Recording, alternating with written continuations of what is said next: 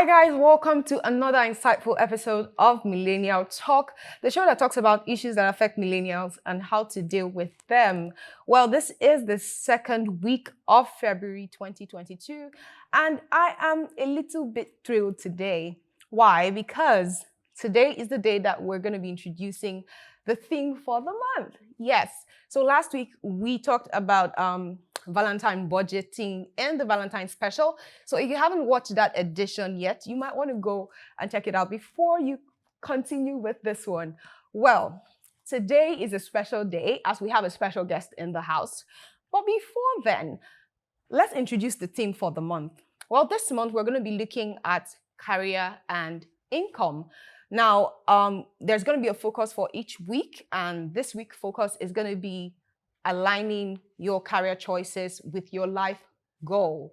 Now, I know you're probably thinking, a lot of people out there, they find themselves divided. They find themselves like life is pulling them between two different directions, like how do I align my career goals or my career choices with my life goals? Now, looking at it from that perspective, you might be thinking this is actually something difficult, especially with the kind of environment or the country that we live in, where you have to work like a 9 to 5. Now, if you're someone who does not have like a plan of how to align your life goals with your career, you might be in a bit of a fix. So we're going to be looking at that today. Now, one of the ways that you can align your career goals with your life goals is by putting your career choices into consideration every time you want to take a life goal decision, and putting your life goal into consideration when you're taking a career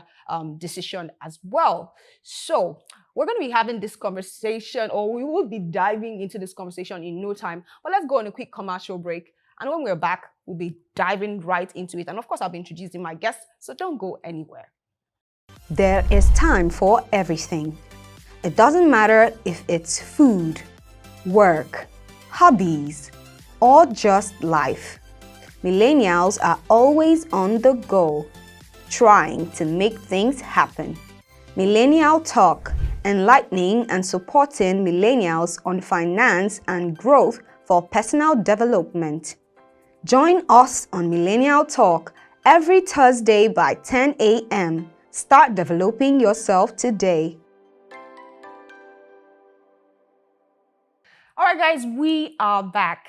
So a way to align your career goals and your life goals is by constantly taking career assessment. Now, this is very, very important because it helps you to determine if you're getting satisfaction or if your mental health is stable, what you're doing, trying to align your career and your life goals at the same time. So, like I said, I'm not going to be having this conversation alone. I have a special guest in the house, and it is Edememe. She's a life coach, and actually that's my favorite part of this because she's going to be giving me some life coach lessons. And she's also senior employee and culture manager at KPMG. Welcome to the show. Yay! I'm so excited to have you here. Thank you, Josephine. I looked at your profile and I was like, wow, okay, I think I have something to learn from this person. And if I feel like I can learn something, I feel like other people would be able to learn something as well. I noticed your long line of career and I was like, yes, this is my guest on the show, definitely. So we always start with giving a brief introduction. So please give us a brief introduction about yourself and tell us how you were able to find yourself in this position, since we're talking about career. Okay. My name is Edememe Oladiji-Wusu. I'm a career professional, and I think it's important to set that baseline since we're talking about careers. Yes. I've been with KPMG for 13 years now, 12 years, 9 months as a tax consultant, and then 3-4 months as an employee engagement and culture professional. And it's just interesting when I think about how my career started, because when I was considering options, I didn't quite have any options in mind. I just wanted to start a job, fresh from NYSC. I wanted a job. And my mom was trying to sell my current employer to me. And she said, oh, it's a great brand. I wasn't interested. Oh, you'll have access to great minds. I wasn't interested. Because I knew then what it is that I wanted out of life. And I wanted to travel. In fact, then I wanted to be an air hostess. Wow. Yes, I wanted to be an air hostess. But those close to me kept saying, so what's the career path? When you're 40, when you're 50, what will you do? But the love for travel never diminished. So when she tried all these options and they weren't working, I think she just remembered this girl and travel. So she just told me, the travel you've been looking for, you will find it there. And I'm like, that's the very first thing that you should have said. Yeah, so it's interesting that I went in just because of my love for travel. Wow. Yes. But now that I'm in, I see that it's awesome. I get the travel that I want, but I also get access to like minds, which is very important. Right. I have leaders who care about me and genuinely support me. Yeah, so that's how my career journey started. I'm also a life coach, like you said. I help people to evolve into their best selves.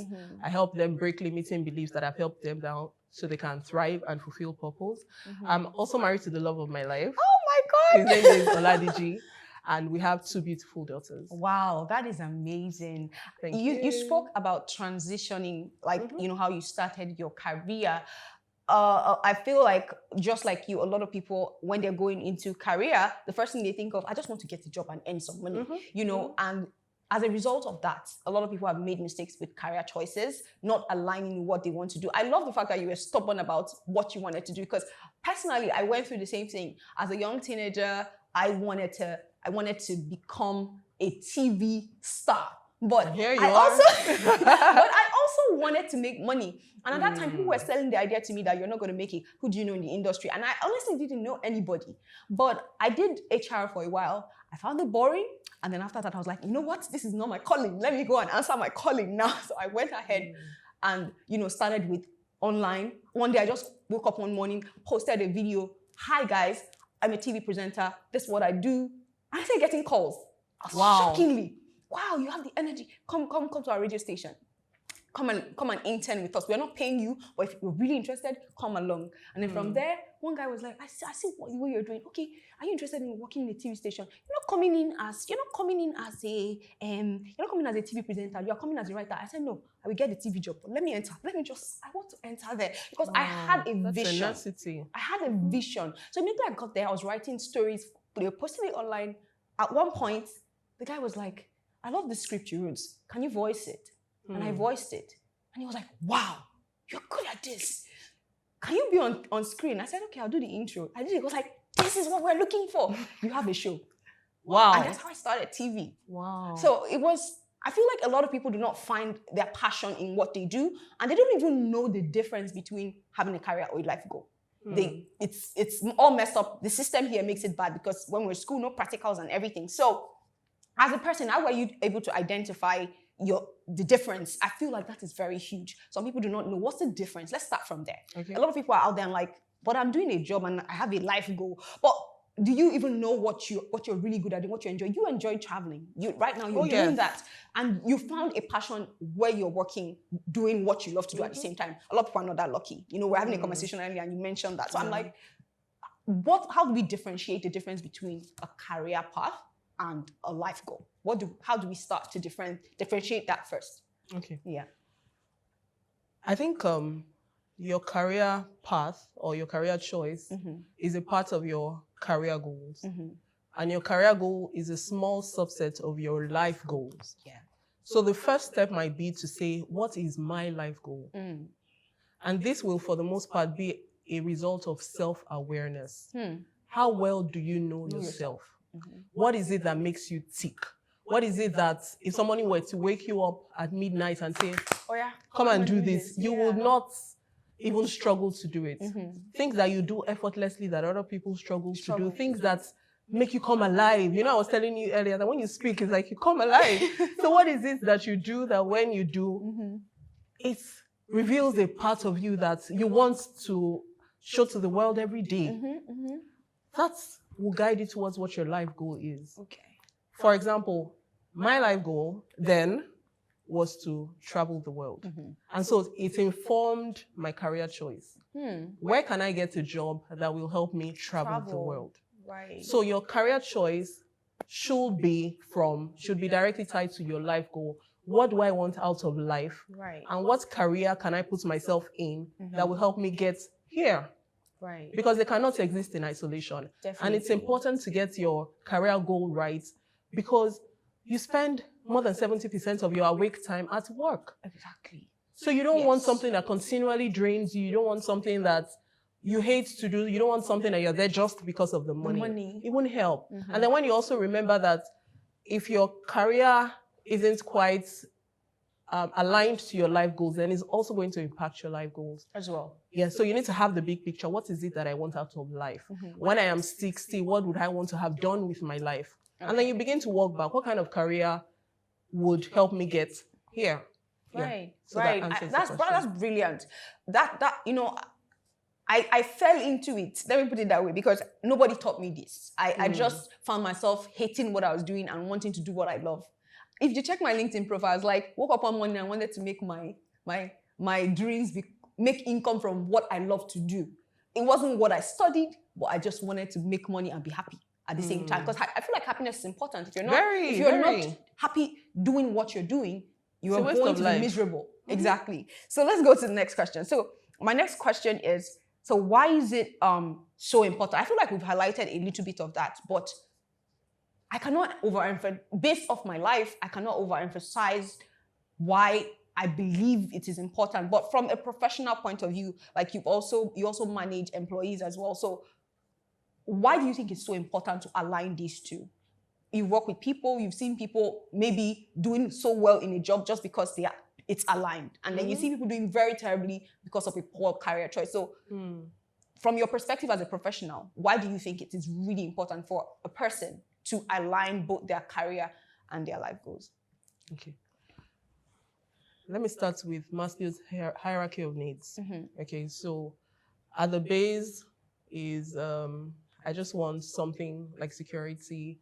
I want money. Stability. I want to be able to meet my basic needs. But at the peak of the pyramid is self-actualization. Yes. And that's where every human desires to be. I want to evolve into my best self. Every day I want to feel like I am giving the best of myself wherever it is that I find myself. And so that's why you'd find that people are disconnected, people are sad, people are fatigued when they have to go to a job that doesn't quite align with their life goals. Now, it is very important to have a career that aligns with your life goals because it gives you personal fulfillment. Right. And I am starting with personal fulfillment because you are important. You matter. And it's important to me that you be happy every day. Right. And the only way you can be happy every day is if you feel like you love what you're doing, like what you're doing is also making a difference. So if what you're doing is tied to your life goals, you see, oh, if I continue in this path in the next 5-10 years, it will help me get here. Yeah. You will be happy doing it because every month, every year, you're seeing the progress that you're making, how it's taking you closer to your life goal. So I think that's important. The sense of fulfillment that it brings to you, money cannot buy it. Yeah. Money cannot buy it. And then it will even rub off on other areas of your life. If you're happy, you would find that you're extending the happiness to your family, you're extending the happiness to your friends, and it's just a ripple effect. Like you talk to someone, you lift someone's spirit, the person wants to do the same to someone else. So you're not just keeping it within your circle is also spreading it. And it started just because you're happy, you're fulfilled doing what you're doing. And then even apart from that, it takes it a step further too. You go over and beyond to help the organization achieve results. Very true. I think I agree with that. Yes. I think one of the essences of career, apart from helping you to meet your life goals, is to help your organization achieve its goals. So you know this is what your organization's goals are. You know this is the part that you play in helping the organization achieve that goal. If you're happy, you would find yourself going over and beyond. If your organization needs clients, they won't need to push you every day to get clients. You're talking to your friend and you're like, guy, how far now? This thing, you know my company can do it now. When should we come for a meeting? So all of those things bubble from within you because you're happy doing what you're doing. Right. And so you don't have a problem with going over and beyond. And it also extends to your relationship with your coworkers. True. You're not going to be that mean. You're going to be mean if it's a struggle, like, oh my goodness, I'm only here because I need money. If not for situation, now will I be here? And you're pouring that frustration out of everybody. You're transferring the aggression. But if you're happy to be here, then you're going to make that place a safe place for the people that work with you. With you. Yeah, so it transcends just you to other people in your sphere of influence and then to the organization as a whole. So it's Right. important. It's important to be happy where you are. It's very important. Yes. Very important. Yeah, I think I felt that because personally, like I mentioned earlier, I was struggling with what I was doing before, and now I'm happy. Really, I am happy, and Just because you switched. yes, just because I switched. So I'd like to look at it from the Nigerian perspective. I feel that like there's a Nigerian perspective to this thing. When you get out of school as a youngster, people expect you to progress with a job and all of that. And then there's also the economic factor. Now, there's also the factor whereby there's what you want to do and there's what's available. Sometimes you have to pick what's available. But, you know, even if you're already in that line of picking what is available, how do you even transcend to what you're doing? How long do you even have to do it for? You know, there's all those questions in my head sometimes. And then what the government factor or maybe the private sector factor, what can they do to help people? Because in this side of the world, we work 9 to 5. You can't do 5 jobs. You can't do 10 jobs. You can't do 3 jobs. You know, if you have a 10-hour job, that's all you can do for the day. You're not more than one person. So how can organizations, how can they impact in the lives of people trying to align their life and career goals? What role can they play, either private sector or the government, to help people, you know, achieve happiness even while they are going through life, you know? Okay, that's a beautiful question. Thank you. I always like to start with the individual because really you cannot influence what other people do. Yeah. You're only responsible for your own choices. So how can an individual who has taken what is available transit into what it is that they love to do? Now, you set the right premise really because you have to earn an income. You have needs that need to be met. So sometimes you may have to give up your dream for what is available. Right. But I feel like even with what's available, you can find a way to match that to what it is that you want. And I'll give an example. Okay, I'll give 2 examples. Okay. So for example, I love to speak, right? And I'm in an organization that provides audit, tax, and advisory services. Someone on the outside will just look at it and say, but how would I achieve my speaking goal in this kind of organization? Oh, I need to work in a training organization. I need to, but not necessarily. Right. Because even within my organization, there are times when we have to facilitate training programs internally and externally. Right. That's a speaking option right there.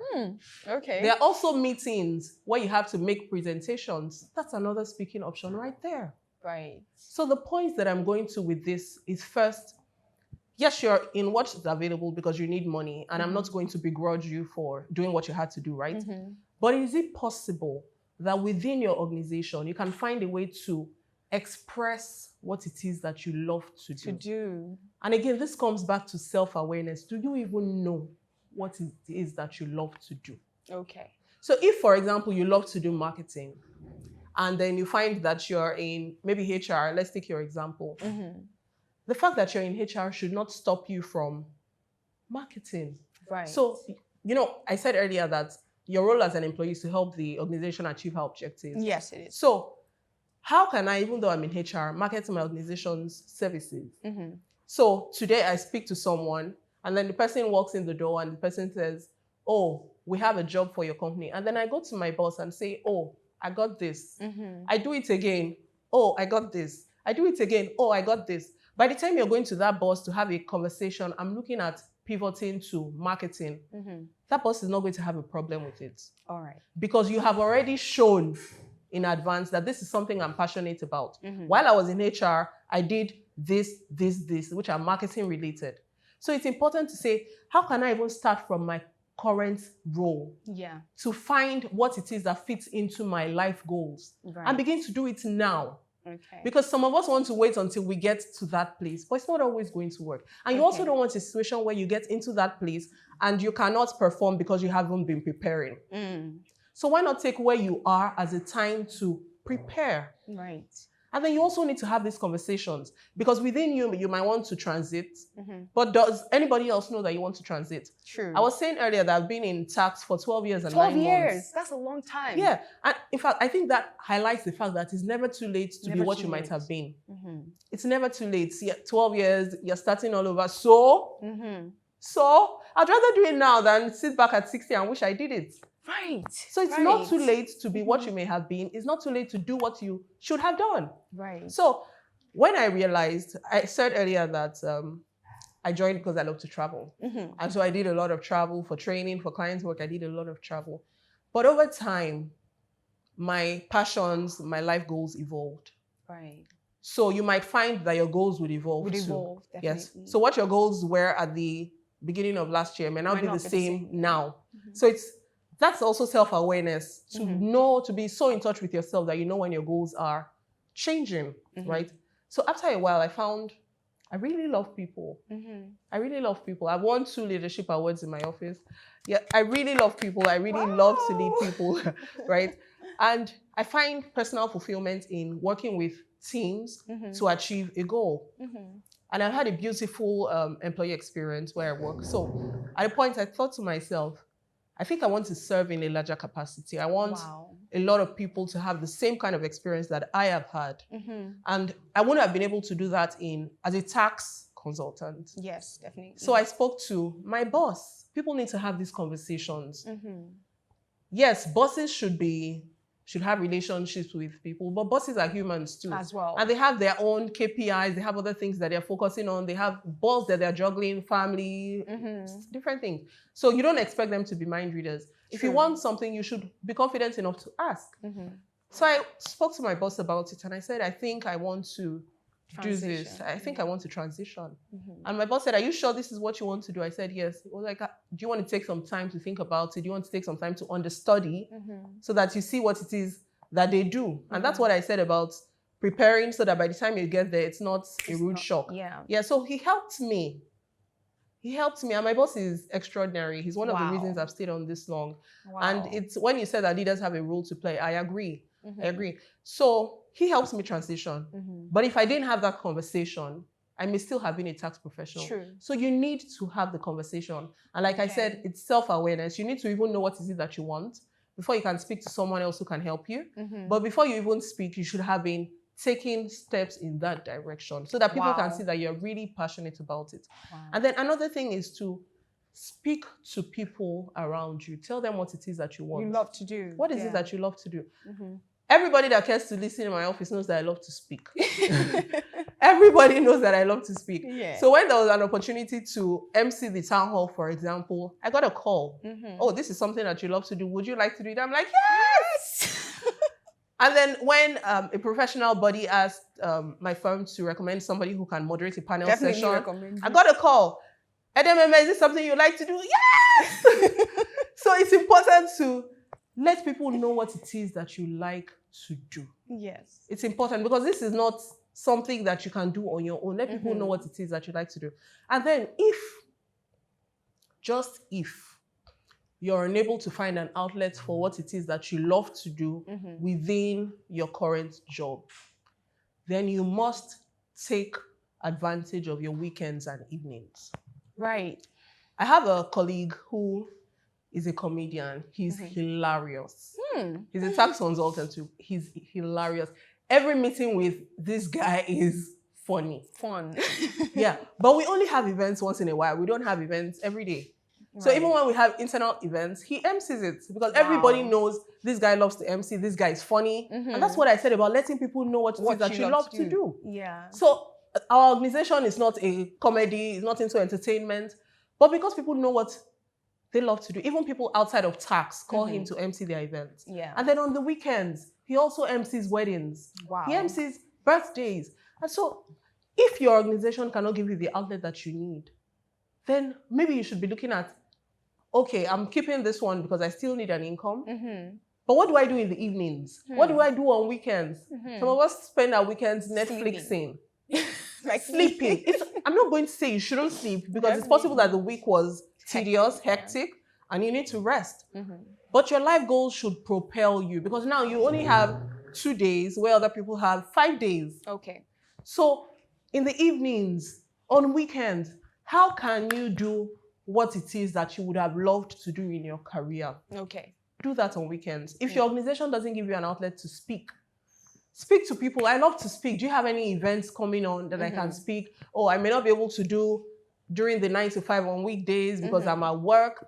But if it's in the evenings, if it's a 7 p.m. Insta Live, I'd love to speak. Right. If it's a Saturday session, I'd love to speak. If it's a Sunday program in your church, I'd love to speak. Okay. So I don't want people listening to this and thinking the only outlet for my career goals has to be my job. Work. Yeah. If I don't get it on my job, then I can't get it anywhere. No. Right. Now, in terms of what employers should do. Yeah. I think that's a little bit tricky, right? Because employers are there to make money. Yeah. But most organizations say our people are our best assets. So I think organizations should make internal mobility more flexible. So yeah, you may have employed me as an HR professional, for example. Yeah. But if after a while I find that the love I thought I had for HR isn't there anymore. Now my love is now marketing. You should have a structure in place that makes the mobility easier. Right. Such that people don't have to resign just because they want to pursue their passions elsewhere. Right. Organizations should also have an open culture. Because some people are scared of having those conversations because, yes. Also, how do I go to my head of HR and tell her, I can't do this I don't anymore. want this anymore. Exactly. So leaders need to be open because you want to get the best out of your people. And it doesn't matter if you've been getting the best out of that person in HR. If the person wants to pivot, then you should give the person the flexibility too. Yeah. And then you ask yourself, do we want to lose a great talent just because of this? Look at it from the broader organization perspective, not just the HR perspective. Right. And let people be free to move within the organization as much as possible. Wow, this is a lot. Like I'm breathtaking. Really, I've learned a lot so far. But we'll be back to wrap up this conversation. But let's take a quick commercial break, and then we'll be back to wrap it up. There is time for everything. It doesn't matter if it's food, work, hobbies, or just life. Millennials are always on the go, trying to make things happen. Millennial Talk, enlightening and supporting millennials on finance and growth for personal development. Join us on Millennial Talk every Thursday by 10 a.m. Start developing yourself today. All right, guys, we are back. We still have Edememe here, and I must say this has been a very, very beautiful conversation. I myself am enjoying this conversation. You can see we're taking a lot of time today. But one last question I'd like to ask. We've said a lot, so I just believe we just need like a catchphrase, because at the end of the day, sometimes people have to go back to, listen to this to get all the major points. But if you had a golden rule to aligning both, your career and life goals, and you just wanted to put it out there, something people will always remember, what would you say to people listening? Know thyself, pursue thy dreams. Right. Know thyself and pursue thy dreams. I like that. Because self-discovery is the way forward, actually, when it comes to this. So, guys, you've heard it first here. Know thyself, pursue thy dreams. I'm going to put that as your quote. Anyways, we always like to know people on the lighter note. So, if you're not doing KPMG or life coaching, I know life coaching, traveling is also your passion. So, if you're not doing all those things, what do you do outside work? Oh, I love to bond with friends. I love to bond with my family. I love to write. Oh, really? Oh, yes. Nice. I love to write. And so you'd find me on LinkedIn writing. Ooh, I saw a few. I was like, this is oh yes, I love long form articles, and that's one of the reasons I love LinkedIn. Instagram doesn't give you the opportunity. Yeah, I love to write. Yes. Right. Okay, great. I'm not going to make you sing or dance today.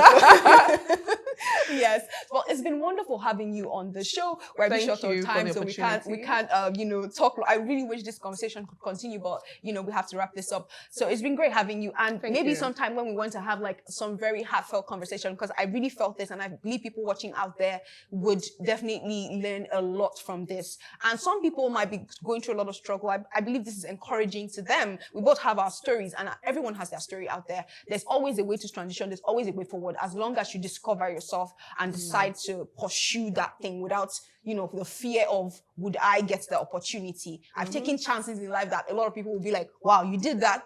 And I believe you've done the same too. So I mean, this has been a great conversation. Thank you for coming. Thank you for having me. Thank you so much. All right, guys. So this is the end of today's episode. I believe that you've learned a lot. But if you'd like to find out more about finance and the financial market, you could visit our website, www.proshareng.com. Keep watching.